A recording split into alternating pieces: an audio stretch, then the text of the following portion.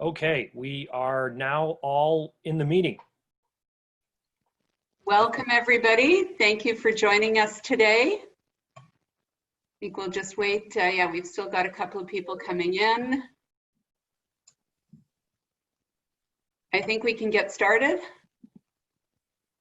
Okay, so my name is Carolyn Samuel. I'm a Senior Academic Associate at Teaching and Learning Services.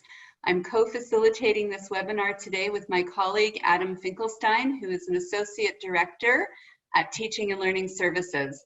Also joining us today is our colleague, Eva Dobler, who is going to be moderating the chat. So we will allow time for questions through the chat, but this might be more of an oral conversation.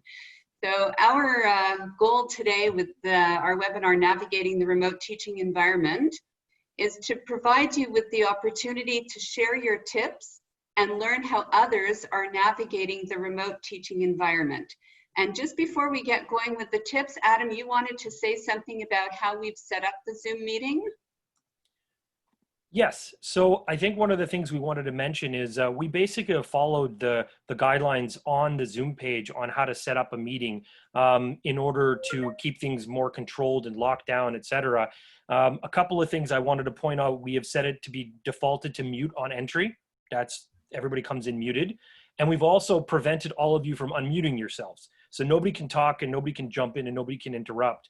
In fact, the only thing we did differently is we had a waiting room, but that's just a different story entirely.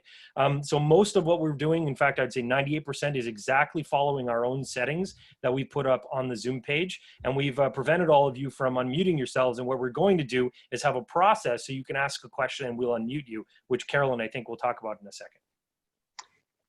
Yes, indeed, I will. All right. So the idea is that we're a community today sharing ideas. I know many of you have learned things just in the last couple of weeks about how to use Zoom and how to moderate your classes.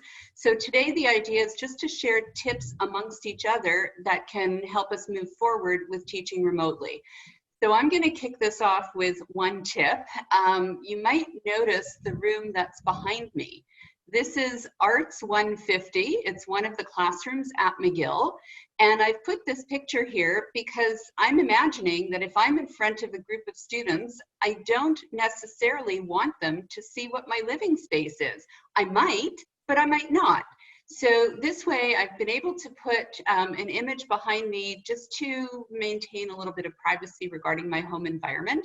We don't always think about that. So if you are going to be teaching, or if you are teaching remotely at the moment and you are thinking about, having a space that students, where students don't really know where you are, just because you want to keep your home private, you can always put an image there so that they see whatever it is you really want them to see. Adam, did you want to share a particular tip? So one of the things, of course, a really good tip is to, when you're not talking, or if you have another co-host or somebody else, is to mute yourself because, you might like literally drop something, or in my case, a child in the background might yell, dad, blah, blah, blah, blah, blah. So this is one of the things that's I think important as a good guideline, is that anybody who's not talking, it's great to keep yourself muted. It's just good practice. The only thing that can happen is what just happened there, is there might be a second delay where I'm going to click the button unmute in order to talk. So that's another sort of interesting quick tip in order to keep things a little bit more sane while you're having a meeting. Okay, and just before we go to Ava, who's also going to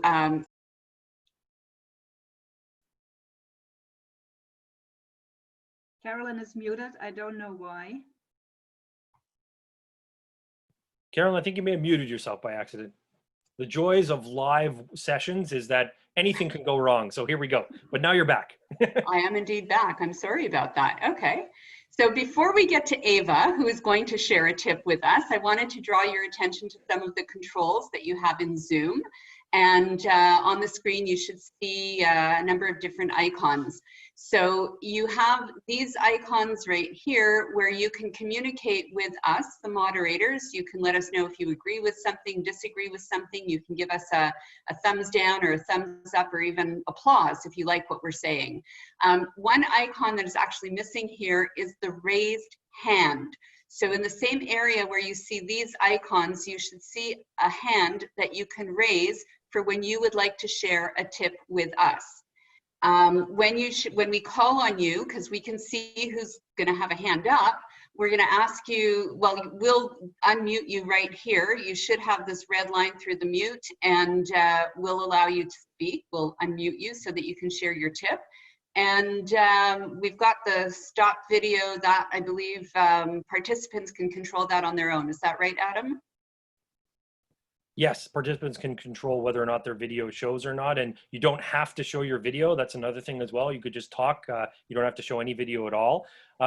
Also, I guess one of the things is that tip could be a question. I guess that's another possibility. If you don't have a tip and you have a burning question you really want to ask, that's okay too. But what's interesting also with the hand raise is from a instructor perspective, we see the people coming to the top with their hand raised. So it actually prioritizes the order. When you sort of raise your hand virtually, it puts you to the top of the list, which is the same thing you would see with your students. Okay, so still just before we get to Ava, I'd like to put the question out there. Can everybody see the hand that needs to be raised when you want to participate? So maybe click on yes, if you can actually see the hand icon. Okay, so we're getting yeses there. They're coming in. We see some clicks on the yeses. Okay, so this is wonderful. So start thinking, please, about the tips that you would like to share and whatever questions you have. And now we'll go to Ava. And Ava, what tip would you like to share with us? Well, we've been hosting a few webinars so far, and we've had a chance to experience what it's like to have a whole bunch of questions come in at once in the chat. And I imagine it's very hard to teach a lecture and at the same time moderate the chat. So I have two suggestions actually. One is if you have a TA, ask the TA to help you moderate the chat and keep an eye out on that. And the second tip is let your students know that you will stop your lecture every 10 to 15 minutes for questions. So ask them to hold their questions until you make a pause and then ask the questions, because that makes it easier for you to keep track of the questions. And it also ensures that the students are actually listening to you instead of just typing away questions. Okay, those are great ideas, and capitalizes also on the idea that students need thinking time. So sometimes we say any questions in class and there's dead silence. So by stopping, pausing, and allowing students time to think, we increase the chances of them actually participating with their questions. Okay, so we'd like to open it up to everybody here who's participating today. You may have already had some Zoom experience with your students this week. Classes started Monday, today's Thursday. Can you let us know, what did you learn along the way? What do you have to share? So while we let people decide if they want to raise their hand, I just want to point out as well that if you want to have no chat at all, you can turn all of that off in the meeting, and that is also on our website about the in-meeting controls. And one of them is you can pretty much shut down all of the chat or just have people only talk to you, or variations on that as well. So again, there's a lot of opportunity to constrain and control things, preventing things like Zoom bombing and all this other stuff that people have heard about. If you keep things under a sort of a tight rein and loosen them up as you go, it'll make things a lot easier for you and your students. Good points. Adam, you mentioned Zoom bombing. Ah, yes, okay. It could be that not everybody knows what that is, although it's going to be part of common parlance Yes, very soon. Exactly. It seems to be like the word that's on the tip of every instructor's lips that is hearing about people popping into meetings and doing horrible things. So that's what Zoom bombing is? That's what Zoom bombing is. Basically what it seems to be is people randomly putting numbers after the Zoom URL to find an open room and then wreak havoc. It's basically like a trolling kind of thing that people can do. We've done a number of things at McGill in general to kind of make that harder to do. And if you follow the instructions that we have on the website to set things up, for example, muting people when they enter, preventing people from unmuting themselves, stuff like that. You can stop sort of things from going a little wonky. Right now, for example, sharing screens is off for participants, so off for all of your students by default. So all of that stuff has been done to kind of prevent the idea of a Zoom bombing kind of thing from occurring. We have heard of things where if the chat is open and people are able to just post anything, that some students have posted nasty things in the chats and things like that. Again, you can shut the chat down and say, well, look, we're going to shut it down until we have questions, and then open it up for questions. So you have to kind of keep a little bit more management of those issues as you go forward. But suffice it to say, I think we've done what we can, I think it's centrally at McGill, to be able to stop as much of that as possible. And I think it's also incumbent on anybody setting up a room to make sure you set things up with the settings that you want for that particular meeting, to make sure that things are going to be to work as you expect. Adam, is it possible to set a password for a meeting? Yeah, you actually can do that. When you set up, you can make a password for any meeting, and that definitely does make it harder for somebody to randomly pop into a room. The only thing that we're a little wary of, and that's something to keep in mind, is the harder we make it for people to come in, the harder it might be for your students to come in as well. So if you're going to have a password, that's no problem. Just make sure you send it to your students in advance and they very clearly know what that password is. Because, you know, in this kind of situation too, everybody is very filled with angst and anxiety, and you know, the easier we can make it, the better. But I think having a password is definitely an option that I think, depending on how the instructor sets things up, they may or may not want to do. And that again is when you schedule a meeting, it's another checkbox that's there, also documented in our Zoom page settings. Also, one way to mitigate it a little bit and make it harder for hackers to get in is to just, first of all, use the random ID instead of a personal ID, so that you don't always have the same ID for every meeting.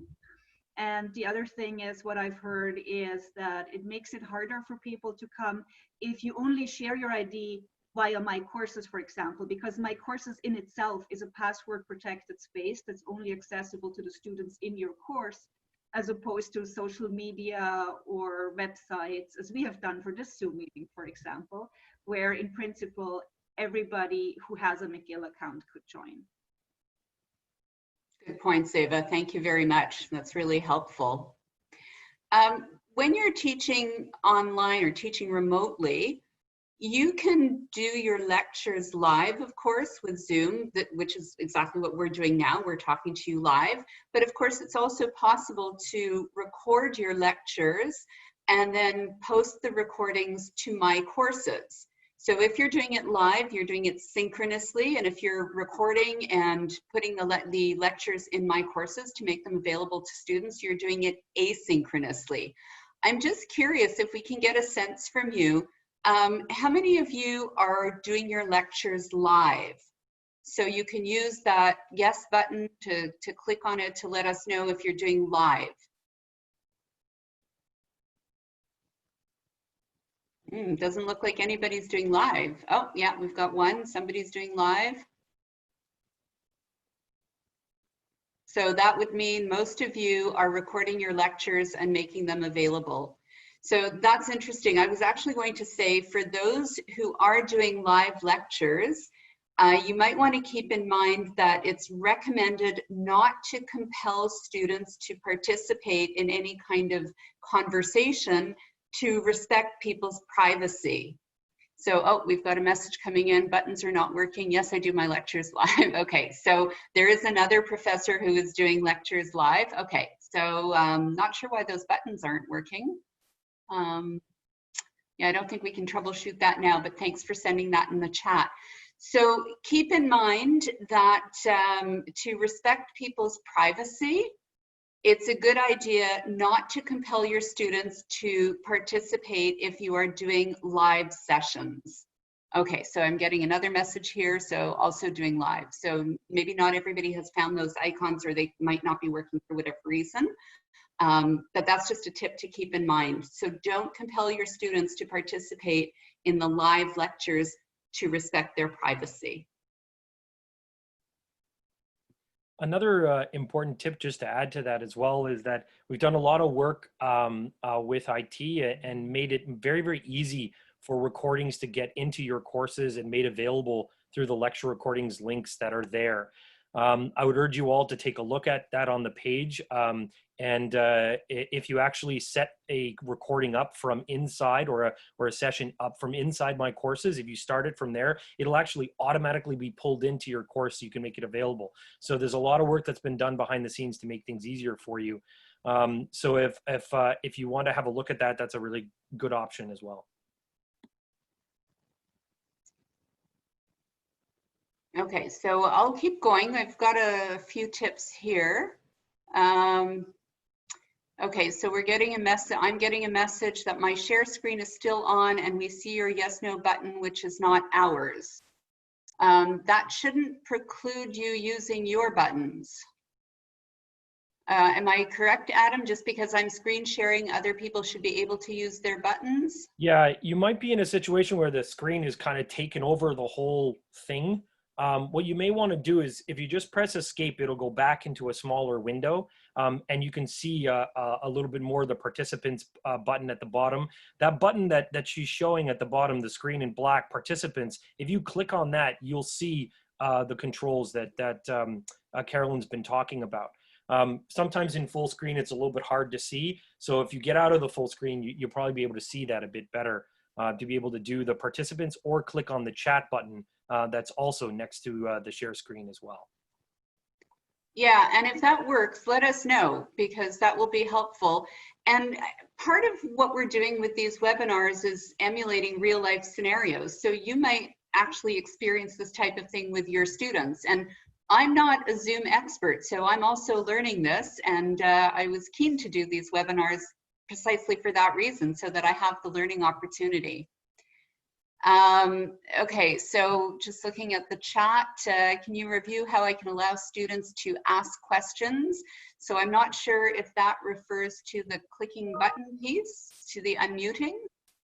Well, I think there's probably two ways of doing what is being asked, and maybe, Carolyn, we could talk about both of them. The first one is actually exactly what you just did, Constance, is you post in the chat, we're able to see it, and then actually answer. So that's one way of doing that. If you get a large group of people and a lot of questions, it gets very hard to manage that, which is why having a co-host like a TA, like, example in this situation, Ava is there to help out and can actually answer questions in the chat. But if all of that is too complicated to do and you don't have chat, or you want to shut it down, you can have people raise their hand and literally ask the question. So what I would do is maybe, Constance, maybe we can use you as a guinea pig because you've asked the question. Can you raise your hand? We will unmute you and you can verbally ask and say hello. Would that be okay? First, you have to raise your hand though. So there's a little raised hand requirement as part of that. And we will unmute you. Not seeing the raised hand yet. No. Oh, Brendan raised his hand. There we go. So, all right, Constance, we'll let you try to find that raised hand. But in the meantime, Brendan's raised his hand, and Paula, we have seen your question in the chat. Constance, if you're not seeing the raised hand, all you have to do is look at the participants window, clicking on the participants button and seeing the participants on the side. But let's go to Brendan, and then we'll go back to Paula, who wrote the question in the chat. Is that okay? Yeah, let's do it. All right, Brendan, Constance found it. But let's hear what Brendan has to say. Go ahead, Brendan. I was just confirming the fact that I could find the button. That's all. But that's excellent. Congratulations, you found the button. You're able to ask a question. Welcome. Thank you. All right. So that sounds good. So we can, for example, we can see a thing where we lower his hand and mute Brendan again, which is great. Constance has raised her hand, and she's now at the top of our list, and we're going to unmute her. Go ahead, Constance. You're live. Here we go. Thank you. My problem is that when I practice this with my husband, I'm the host, he's the participant. I can ask him a question and I can't see his answer. So I don't know what I'm not doing. What do you mean you can't see his answer? I can't, in the answering, I can't see what he's trying to respond to my question. For example, if I say, do you understand this concept? He will write it, but I don't see it. And I don't know. Yeah. So you may not have the chat's not open. Yeah, you may not have the chat open, which if you look at this black bar that Carolyn had here, if you click on that chat, it'll open again in another little small window that allows you to see the chat that's there. That's one way that he may be responding in a written way and you can't see it. So I just have to, from the host point of view, I have to Look at the chat. open the chat. Yep. And Yep. it should be okay. All Yep. right. You should be able to see that. You can always unmute him and have him ask a question. I don't know if you're muting your husband or not, but Well, I want him to respond. I want to see. So when I do actually get into the real session, I will be comfortable with it, because I'm really not comfortable with it just yet. And that's important to practice. And I think you're doing a great job of trying to try that with family members. And you're right that host window gives you some more options, like people lowering hands, muting people, unmuting people. It takes a little bit of practice, but I'm sure that you'll be able to pick it up as you go. Thank you. All right. I would like to encourage everybody to also take some time to practice this with your students, because most students have not used Zoom before. We're always talking about how tech savvy our students are, but Zoom is not typically something they have used before, so they're also not familiar with the whole interface here. So instead of just going right into the lecture and expecting your students to know where they can click and everything, take some time and practice that with them as well if you can. So let's go to Paula's question. So Paolo's asking, what if we want to offer some lectures for McGill students and also for non-McGill students? Can we use Zoom but not through my courses? Adam, Yes. what do you say? Yep. Yeah, you can. You can use Zoom and as long as you're not requiring people to sign in, anybody could join in theory. If you make a recording and want to make it available, there are a couple more steps you'll have to do of making it available through the cloud recordings. But in general, we're trying to target keeping it available to students at McGill, but there are always options to make things available separately. If you have specific questions, I'd ask you to probably, in those situations, email IT support at mcgill.ca, or you can connect with us directly if it's something that you have very specific that you want to talk about. We've talked a bit about Zoom, but of course, teaching remotely is more than just about the Zoom tool. So I thought I'd also say something about materials available through the library. We learned from the library that many publishers are making 2 chapters available to people for scanning and uploading to the course website. This information is on the library site, so you can scan up to 2 chapters of the book, and the library has specific instructions of how you can do the scan and make it easily available to students through My Courses. So if you go to the library website, you'll find that information. They have an FAQ for this disruption period. You can also easily go through your liaison librarian, who can help you with that too. Just checking the chat. Don't hesitate, put your questions in there. That's what we're here for. We want to have the conversation. It's like trying to get a regular class to participate, poking people to say, all right, now's your time for your questions. Any questions? And then nobody asks questions. But I think, Ava, you had some... yeah, I would actually like to know how many of you have already taught this week? So if you've taught this week, click yes. Yes, please. Just so we have an idea if you've actually been teaching this week.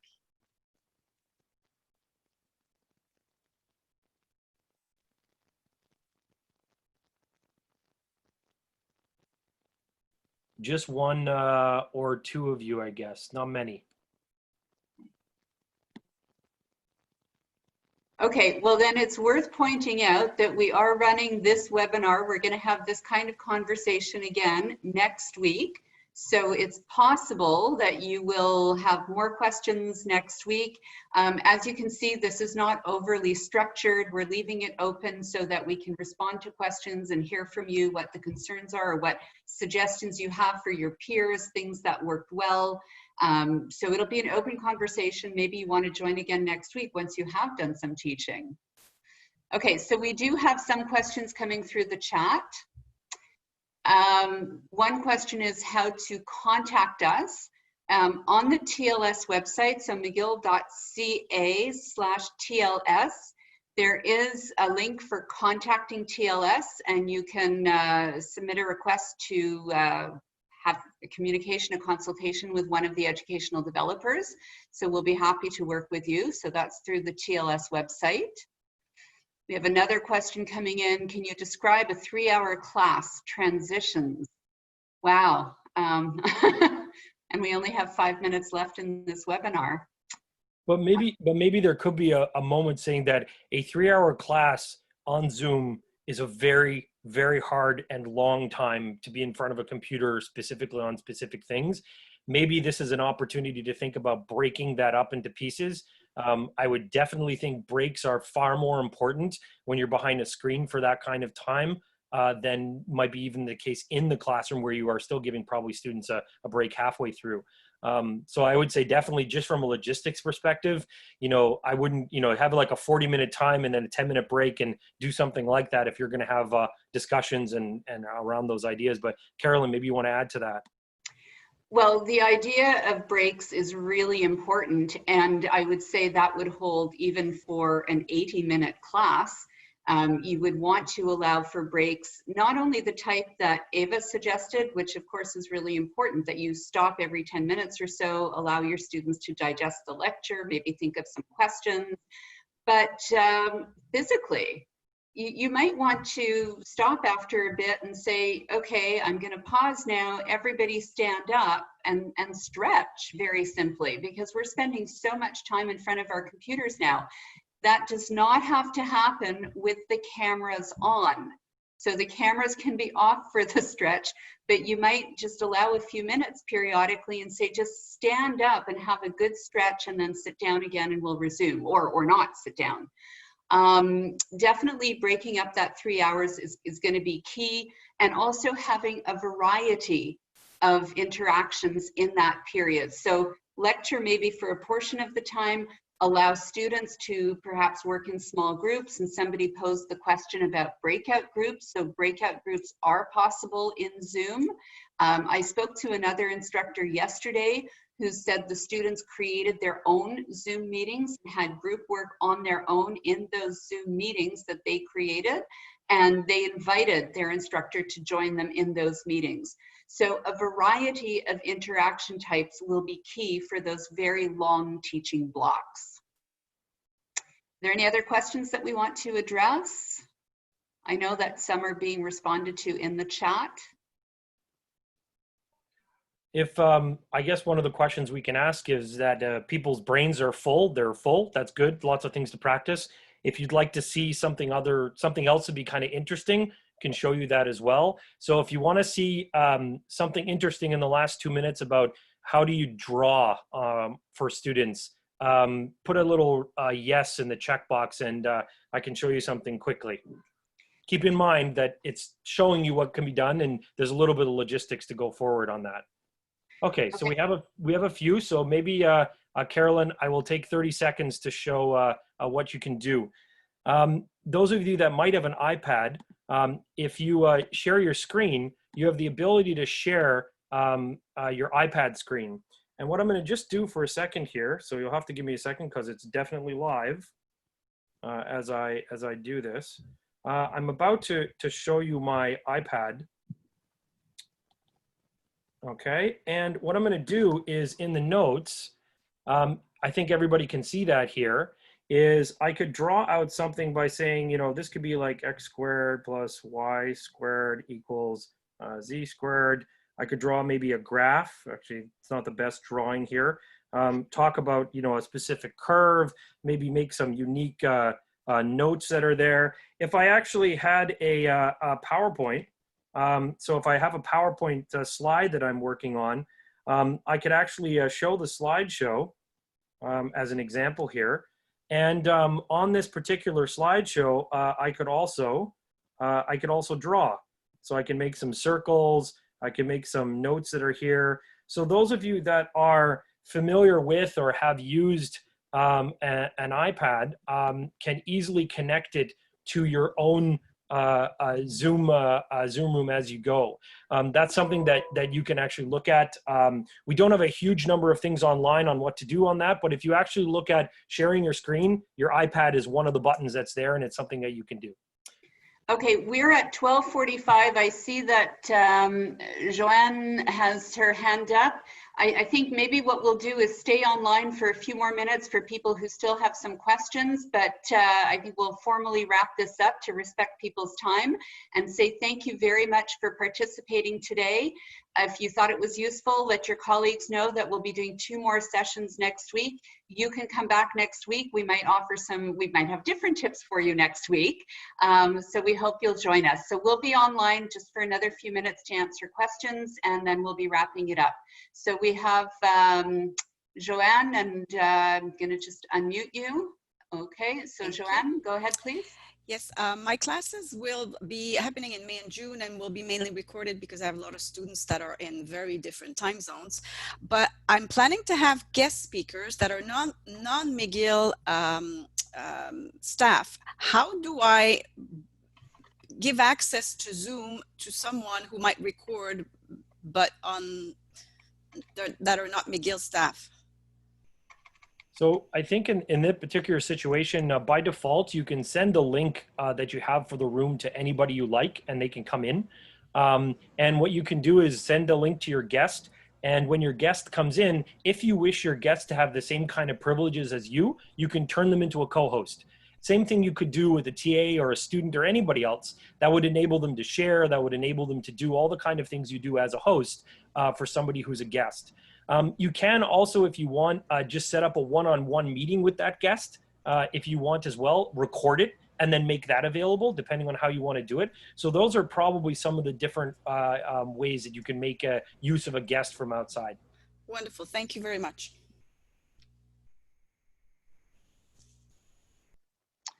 Okay, so I think we've got all the questions in the chat and nobody has a hand up. So we're going to wrap this up and say thank you very much for joining us today. And perhaps we'll see you next week. Thank you. Okay, good luck with your teaching. Bye-bye.